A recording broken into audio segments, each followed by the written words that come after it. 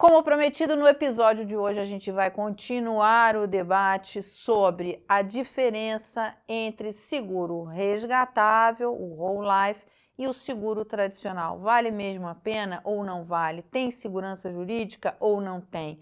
Enfim, todas essas perguntas como a gente prometeu no episódio passado, nós trouxemos hoje para o debate alguém que entende muito dessa questão jurídica, que é juiz federal, é professor de processo civil e vai explicar, tirar as dúvidas da gente sobre os dois produtos. E, claro, também o Bernardo da ASUS e o Anderson, que vão nos ajudar a entender sobre previdência e sobre seguro de vida.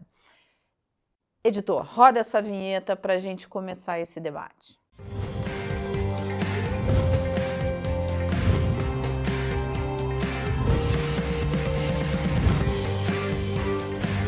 My News, Vida e Previdência. Apresentado por ASUS.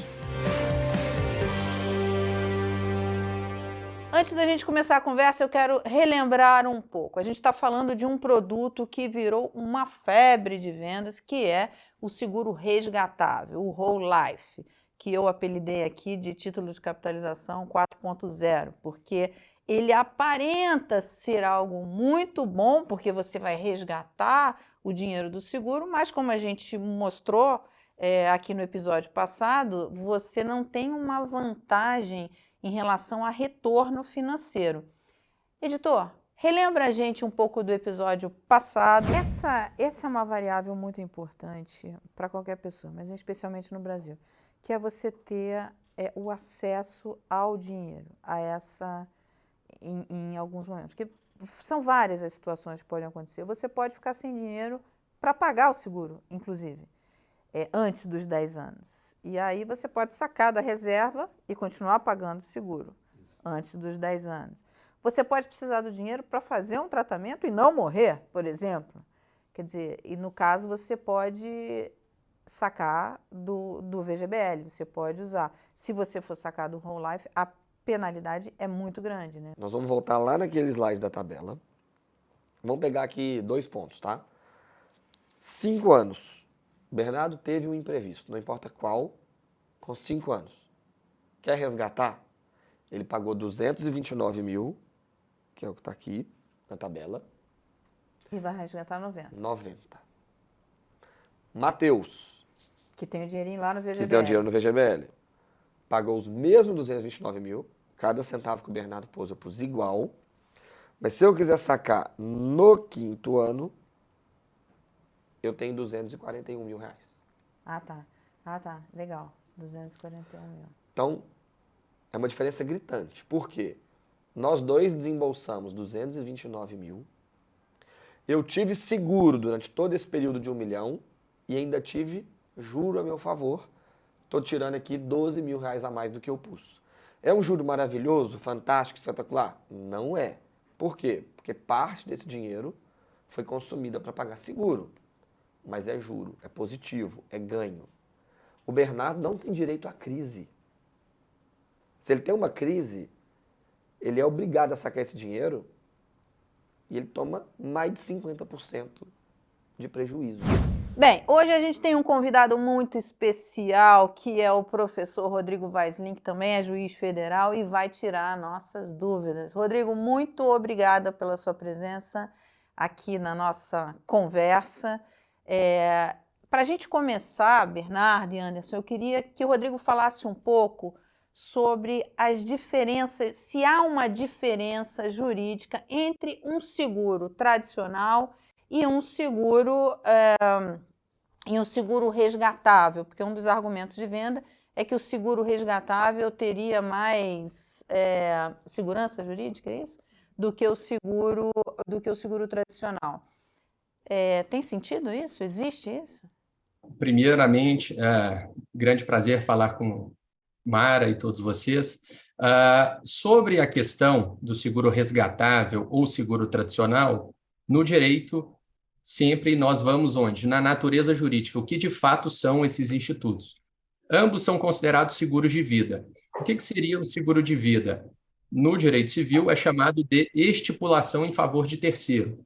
Então, você estipula um certo valor que será direcionado a um beneficiário já indicado por você, e essa estipulação em favor de terceiro, ocorrendo o evento morte, aquele beneficiário pode pedir da seguradora ali no prazo de 3 anos. Nesse sentido, eles seriam, vamos dizer, idênticos. Contudo, o que você percebe é que na jurisprudência pátria, sobretudo em alguns tribunais trabalhistas, o que anda se vendo? Que esse seguro resgatável, whole life, é interpretado por alguns não como natureza jurídica de seguro de vida e tendo todas as garantias dele, mas sim como natureza de investimento, porque é possível você resgatar depois de 10, 15, 20 anos. Sendo assim, ele teria menos garantias e possibilidade ainda da justiça, vamos dizer, buscar o patrimônio daquele indivíduo. Então, idealmente, eles seriam seguros de vida, mas alguns julgados já consolidados de alguns tribunais brasileiros vêm entendendo que teria natureza de investimento e, portanto, seria passível de uma certa penhora ou desconsideração ali daquela segurança jurídica e busca dos bens para pagar os credores daquele Então, indivíduo. Rodrigo, o que você está me dizendo é o seguinte: ele se compara mais a um VGBL, por exemplo, porque o VGBL ele é um produto, é um seguro de vida, né? A característica jurídica dele é um seguro de vida, mas é um produto de investimento. Então, nesse caso, o whole life seria mais comparável ao VGBL, porque o VGBL também pode ser passível de penhora ou não? Sim.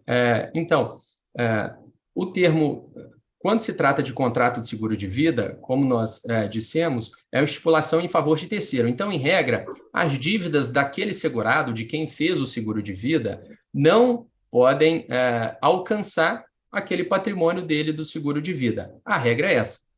Até já houve julgados do STJ de que, uma vez pago o seguro de vida para o beneficiário, se o beneficiário tiver dívidas, há uma certa garantia, até 40 salários mínimos, mas o restante poderia ser penhorado do beneficiário. Mas então, normalmente, aquele que faz seguro de vida, as suas dívidas não alcançarão esse seguro de vida.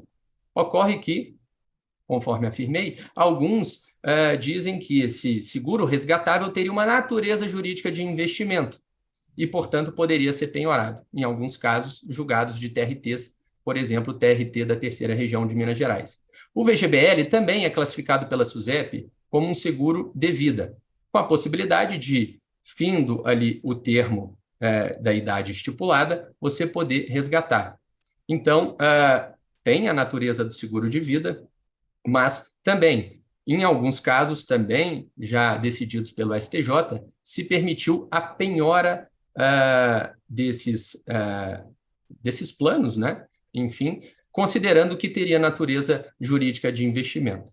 Então, vamos dizer, em termos de segurança jurídica, o seguro de vida tradicional, que não pode ser resgatado, já é uma estipulação em favor de terceiro, então as dívidas daquele segurado não ficarão alcançadas pelo patrimônio que ele tem ali naquele seguro.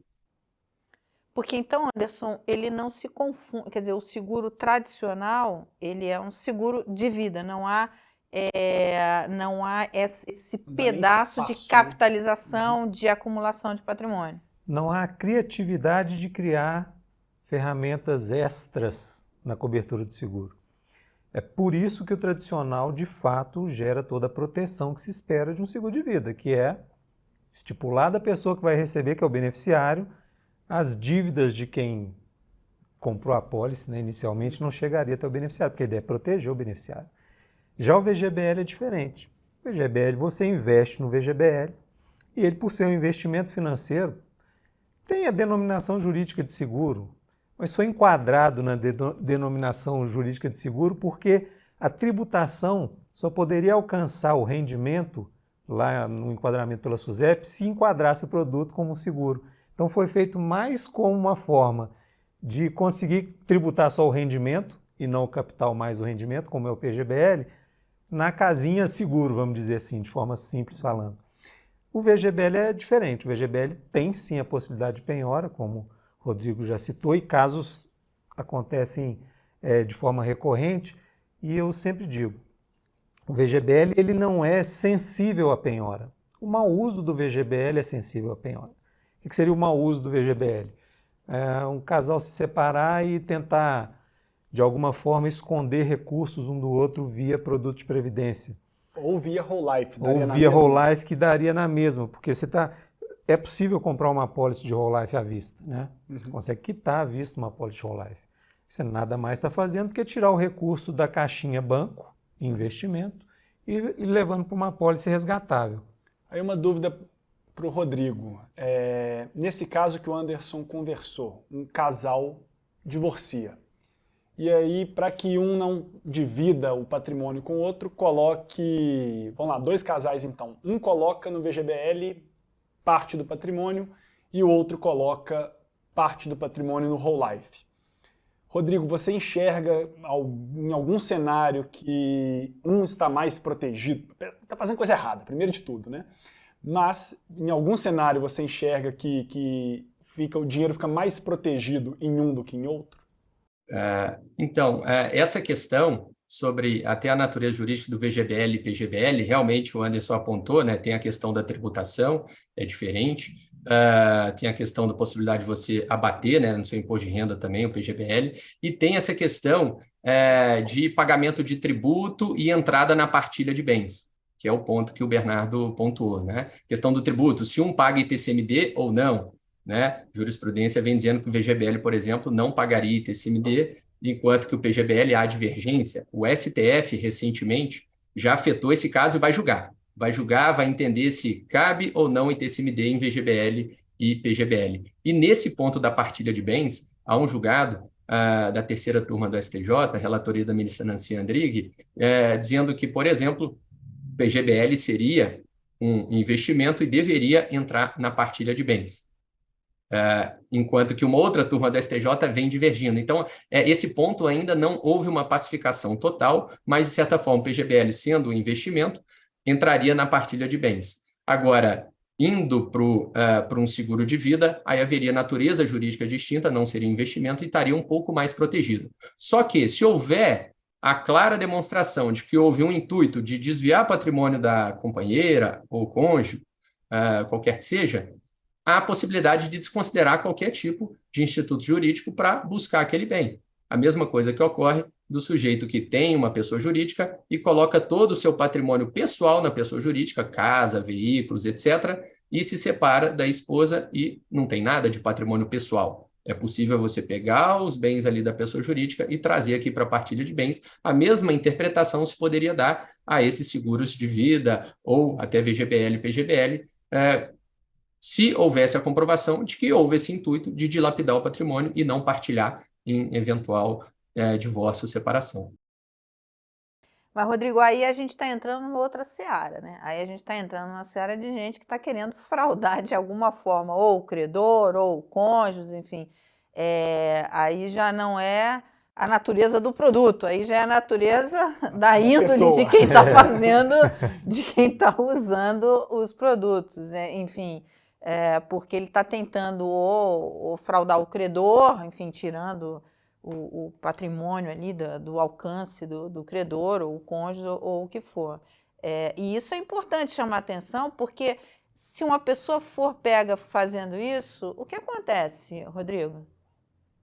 Normalmente, né, a regra que se tem no ordenamento jurídico brasileiro é o quê? Que a boa-fé se presume, a má-fé tem que ser provada. Então, a outra parte vai ter que provar a má-fé, o intuito de realmente desviar patrimônio de credores ou de cônjuge e tudo mais. A pessoa pode ser penalizada na seara civil, no processo civil, não criminal.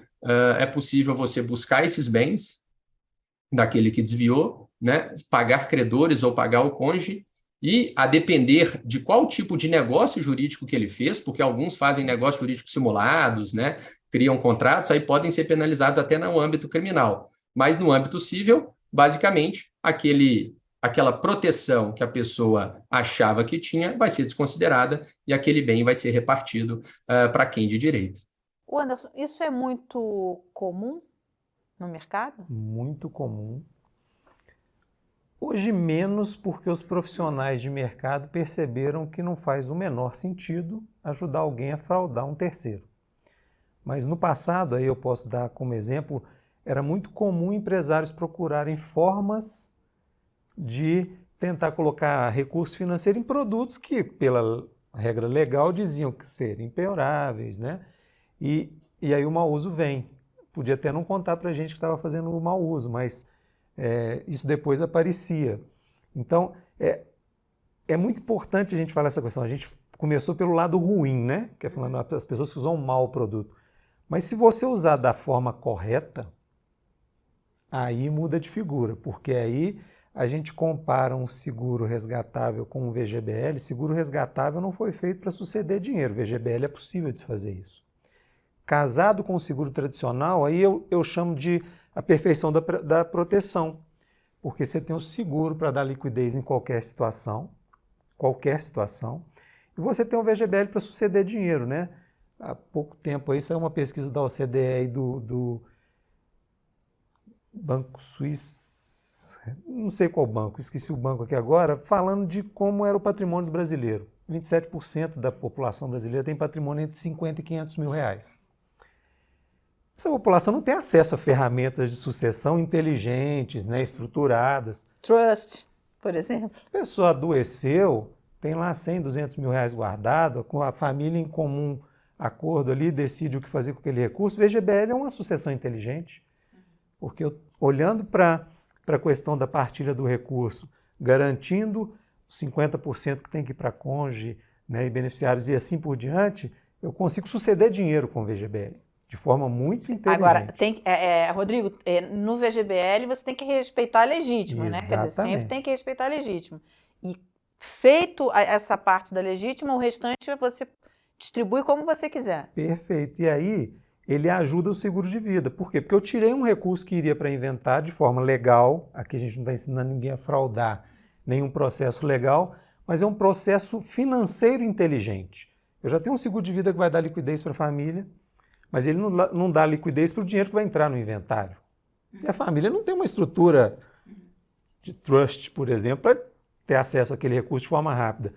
Transfere uma parte do que é possível transferir de forma legal para um VGBL, define os beneficiários, você já faz uma sucessão para famílias que a maioria dos brasileiros, são 66 milhões de pessoas, fazem muito mais sucessão no dia a dia do que os 3% mais ricos. Mas, assim, o VGBL, ele é um instrumento que permite a nós mortais, quer dizer, os muito ricos, eles têm acesso ao mercado internacional, inclusive a outros produtos.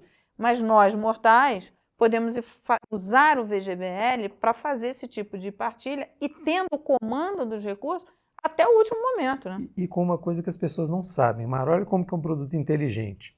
Se a pessoa estiver acometida de uma doença grave, ela transforma aquele VGBL em renda e não paga imposto de renda enquanto ela estiver acometida pela doença grave. Então ele funciona exatamente como um seguro, uma transferência de recursos isenta de imposto. Te digo mais, se bem planejado pelo planejador financeiro ou corretor de seguros que está assessorando aquela família, dependendo de quem são os beneficiários e como você distribui, quanto distribui, como eles forem usar, eles também serão isentos.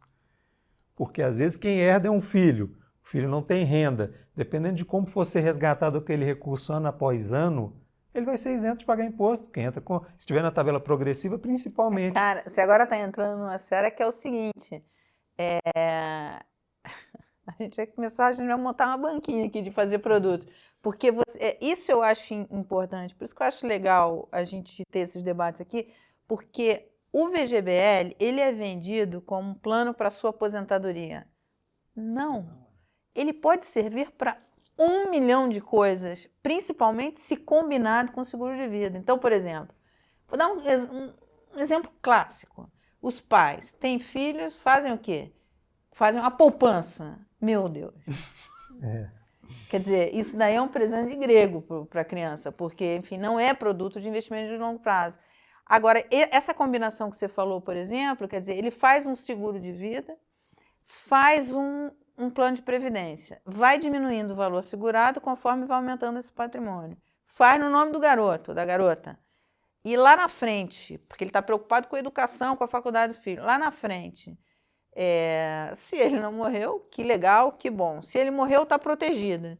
Se ele não morreu, a criança vai poder já ali, vai cursar a faculdade e resgatar o dinheiro sem pagar a tributação. Se for bem feito, sim. Porque vai estar dentro da faixa de E isenção. aí a gente consegue colocar o PGBL ainda, que é a perfeição, assim, a maestria desse negócio de Porque é casar. para o cara ter o benefício Porque fiscal o durante o acúmulo PGBL da coisa. é uma máquina de gerar recurso. A estruturação mais inteligente para quem pode é um PGBL, gerando benefício tributário. O benefício tributário compra a apólice de seguro tradicional. Então, o seguro está saindo de graça, porque quem está pagando é o fisco. E a estrutura de beneficiários daquele PGBL pode ser um filho, um dependente, uma esposa que não tem renda, por exemplo, para que quando precisar utilizar, ainda assim, sendo um PGBL, é possível não pagar imposto de renda no PGBL. As pessoas não sabem disso no Brasil, porque fazem estruturação errada, é só por isso. É só você colocar a tributação e não escolher a regressiva, escolher a progressiva. Porque aí você está dentro do limite de isenção. Progressiva bem utilizada É verdade. é uma beleza, assim, para quem sabe usar essa estrutura, ajuda a família a economizar recurso duas vezes, porque primeiro não tem o descasamento de tirar do caixa o pagamento do seguro, que é o custo mais inteligente que a gente tem de vida hoje depois de um plano de saúde, é um seguro de vida. Você paga o seguro com benefício tributário, gera benefício tributário em quem paga o PGBL, então há um ganho em escala, uma geração de riqueza familiar absurda. É um planejamento tributário perfeitamente Perfeito. legal, né? Porque vai estar, enfim, seguindo toda a lei e deixa o produto mais eficiente. Mas o que acontece é que hoje, por exemplo, tem muita gente que faz a declaração simplificada e aí vai para um VGBL. Na verdade, se ele fizesse completa, poderia ir para um PGBL, né? Esse é um Mas assunto que a gente fazer pode pergunta abordar certa. Exato. em Eu acho breve, que isso porque... aqui vale um episódio inteiro, só para a gente mergulhar Na questão do um planejamento tributário. mais aprofundado. Eu queria apaziguar um tema, Mara. A gente, no outro episódio que a gente gravou, a gente falou que financeiramente um whole life ele perdia e muito para um seguro de vida tradicional em que a diferença que eu gastaria comprando um whole life eu colocasse num VGBL e que isso era financeiramente muito mais inteligente, eu teria mais liquidez e capital a qualquer momento que eu fizesse a conta. Então isso foi apaziguado. Uma dupla proteção, né, Bernardo? Desculpa te cortar. E ainda uma dupla proteção. Você tem um seguro e um VGBL Que eu tenho que te dar uma liquidez, o dinheiro ao alcance da sua mão. Assim. Então, assim, financeiramente foi incomparável, ficou bem claro.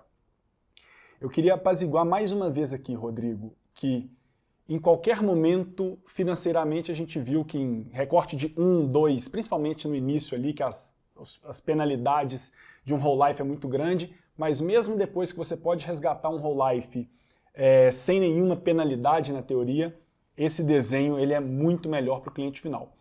Agora, do ponto de vista jurídico, se em qualquer momento acontecer alguma coisa, esquece tudo aquilo que a gente falou de PGBL, que vai falando somente do V de vida, VGBL, com o seguro de vida tradicional.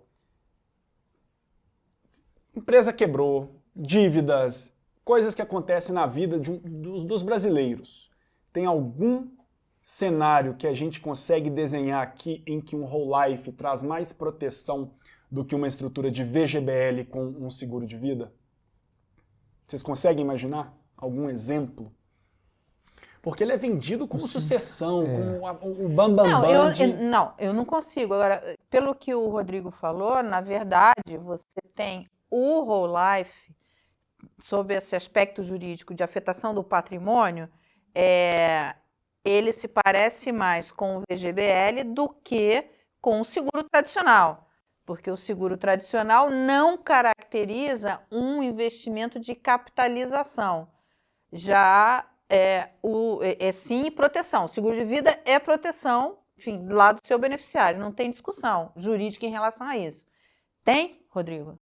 Não, o que eu percebo, né, é que, de fato, o whole life, como dá essa possibilidade de resgate, pode surgir a dúvida perante os ministros, desembargadores que forem aplicar, se seria, de fato, né, aquele seguro de vida impassível de bloqueio dos bens ou se poderia ser considerado um investimento e sendo o investimento daquele que fez o contrato de seguro de vida, poderia ser atacado para pagar algumas dívidas dele. Então, pelo que eu pude perceber, é que poderia ser mais arriscado fazer um seguro de vida resgatável em 10, 15, 20 anos, do que fazer um seguro de vida tradicional, que vai ser pago apenas no evento morte para aquele beneficiário colocado ali no contrato de seguro. Então, a pessoa que tem um whole life versus uma pessoa que tem um seguro de vida mais um VGBL, o que pode acontecer é que, dando alguma coisa, alguma interpretação que foi de natureza de investimento, a justiça pode, de repente, tirar aquele whole life da pessoa, né? Então resgatar aquilo para determinado uso e resgatar também o VGBL. Mas aquele valor pago todo mês, a pessoa que tem um seguro de vida tradicional, ela pode continuar ali pagando e não perder o seguro de vida tradicional, correto? Exato. Até porque, em regra, o seguro de vida é o quê? Uma estipulação em favor de terceiro. Então, as dívidas minhas que contratei o seguro de vida não justificam a penhorabilidade daqueles valores que eu estou depositando no seguro de vida tradicional. Não justifica. Só uma vez pago para o beneficiário, se ele tiver dívidas, pode ser penhorado um valor ali extra. O que não for suficiente, o que for extra para a sua subsistência, para a sua manutenção de vida, da sua dignidade mínima, poderia ser penhorado, segundo o STJ. Mas, Rodrigo, se ele, o seguro tradicional, né, aí ele vai ser pago a indenização lá para o beneficiário, ele vai receber. Esse dinheiro passa a ser do beneficiário. Exatamente. É como se, ao pagar o seguro de vida, eu já estou colocando o dinheiro em favor de um beneficiário. Então, o dinheiro não mais é meu, é do próprio beneficiário, e por isso que há uma certa proteção das dívidas minhas, porque eu paguei, mas já estou colocando que será direcionado para XYZ, para os beneficiários. Porque no inventário, o meu patrimônio, ele está ali, é o meu patrimônio. Eu morri, mas é um patrimônio meu que vai ser passado aos beneficiários. O patrimônio está lá. Então, tudo bem, eu tenho dívidas, essas dívidas têm que ser pagas e vai ser usado o meu patrimônio para pagar essas dívidas. Agora, num seguro de vida tradicional, ele não é um produto de investimento, quer dizer, ele não faz parte do meu patrimônio. Na verdade, o seguro de vida tradicional, ele é patrimônio do beneficiário, de quem vai receber. É isso? Exatamente. No seguro de vida, ele não entra no inventário, porque o inventário, quando o sujeito falece, automaticamente todo o seu patrimônio, que é o conjunto de direitos e obrigações, passa para os herdeiros. Há um princípio chamado princípio de Saizini, que é uma transferência automática. No instante da sua morte, todo o seu patrimônio passa ali para os herdeiros. E o que configura os seus patrimônios? Dentro dele não existe o seguro de vida, porque já é uma estipulação em favor de terceiro. Então, não faz parte da massa patrimonial que você dispõe. Então, ele fica fora de todo o procedimento de inventário, já é pago direto pela seguradora ao beneficiário. E o seguro de vida, então, eu faço um seguro de vida com o beneficiário, que é... E pode ser fora da legítima... É esse ponto que eu queria chegar. Porque no VGBL, você tem que obedecer à legítima. Agora, num seguro de vida tradicional, não. Eu posso fazer seguro de vida para quem eu quiser. É isso? No seguro de vida, é uma estipulação em favor de terceiro, você pode escolher quem vai ser o beneficiário. Só não pode, segundo o STJ, beneficiar, por exemplo, a amante, concubina, enquanto você é casado, porque isso lesaria outros princípios jurídicos, a vedação à bigamia, por exemplo. Então, nesse caso, não. Mas, em outros casos, seria possível, sim, você dispor que aquele seguro de vida seria destinado a um terceiro que não faz parte do rol de herdeiros do 1829 do Código Civil. E se for VGBL, Rodrigo? Agora, se eu alertar aqui a galera, que é o seguinte, se você tem relacionamento extraconjugal, o seguro de vida do seu amante ou da sua amante, enfim, ele pode ser contestado juridicamente? O seguro de vida direcionado à amante concubina, sim, ele seria inválido. Não poderia, porque seria um benefício a uma concubina que não é protegida juridicamente. Tanto é que a concubina amante ela não tem direito à pensão por morte, por exemplo, quando o sujeito falece. Já houve essa discussão no STF, se poderia dividir a pensão por morte da casada, né, da companheira e da concubina. Não pode dividir, é só da casada, porque o sistema jurídico veda a bigamia, então qualquer estipulação em favor dessa amante não é considerada pelo ordenamento. E o amante? E se o amante for homem? É a mesma coisa? Tá valendo a mesma coisa? Pela igualdade de gênero, mesma coisa. Era o que me faltava, né?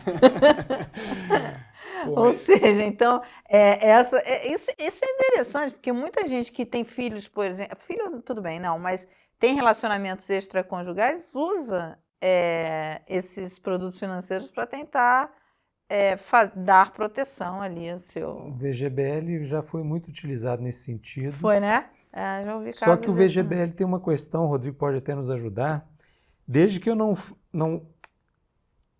fira a legítima, há uma possibilidade de transferir recurso para um terceiro que está fora da legítima, amante. né? Mas aí há a questão da sensibilidade jurídica de, se houver um questionamento dos herdeiros legais, daquilo ser entendido como um não direito. É possível isso, Rodrigo? Um sujeito coloca dinheiro num VGBL, que é os 50% do patrimônio que ele pode direcionar para quem ele quiser, direciona para a concubina lá. E os outros 50% vai para a família normalmente, como ele seguiria legítima. Eu estou perguntando se eu já vi questionamento jurídico que a pessoa perdeu uma questão desse tipo, me parece, não sei o finalmente, mas me parece que perdeu. Então eu queria saber se esse artifício é legal, até para fortalecer ainda mais a questão de seguro de vida mais VGBL, porque é uma proteção dupla, assim. Você consegue atender de forma mais inteligente do que um produto só que é o resgatável, né? Mas, no caso concreto, desconsideraram essa possibilidade de atribuir a terceiro, Anderson? Pelo que eu vi, houve uma discussão da família dizendo que a pessoa que estava lá listada como uma beneficiária no VGBL não deveria receber porque era amante do pai. Essas estipulações em favor... o seguro de vida, sendo considerado assim, pode ser direcionado para quem a pessoa quiser, apenas havendo vedação no caso de amante, concubino, porque há restrição jurídica em outros dispositivos. A vedação, a bigamia e, portanto, o amante ou o amante não tem nenhum tipo de direito. No que tange ao VGBL, o STJ está debatendo bastante a respeito da natureza jurídica dele, VGBL e PGBL. Por quê?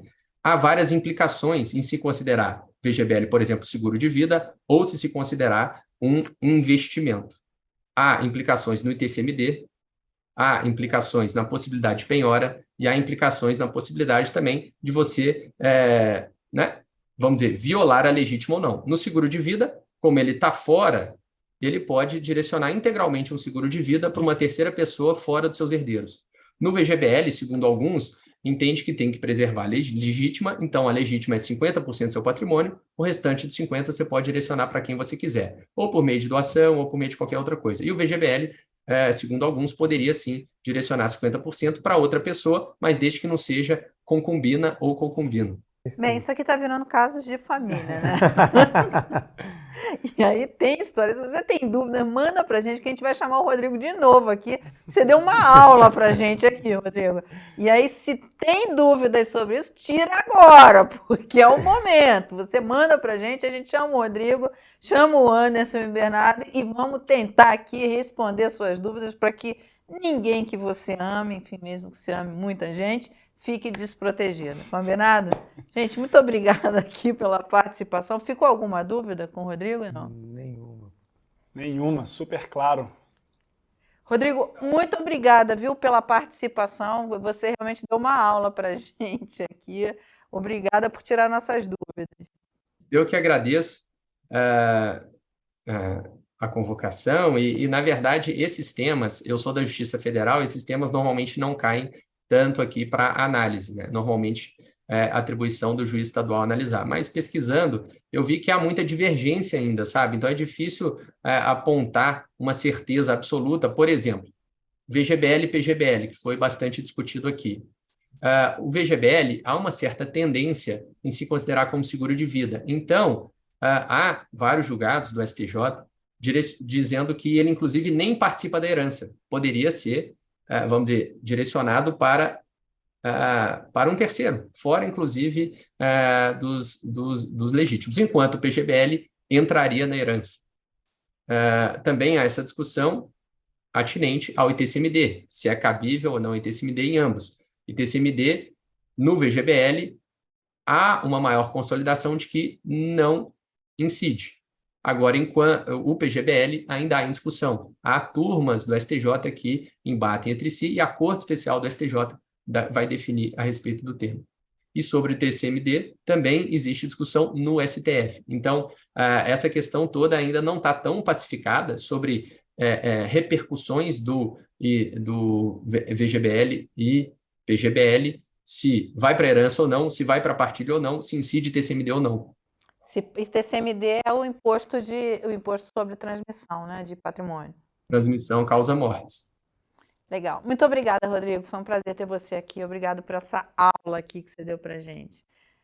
Meninos, muito obrigada também. Você que ficou com a gente durante esse tempo, se tiver dúvida, manda aqui pra gente. Eu falei brincando, mas é verdade. Esse é um caso muito sério, porque afinal de contas são pessoas que você ama. Então você quer cuidar, você quer garantir, não quer deixar desprotegido. Manda dúvida aqui pra gente que a gente chama essa galera para responder de novo. Obrigada pela companhia. Se inscreva no canal e fique aqui com a gente.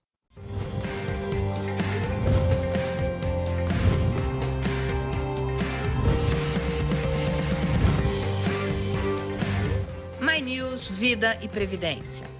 Apresentado por Asus.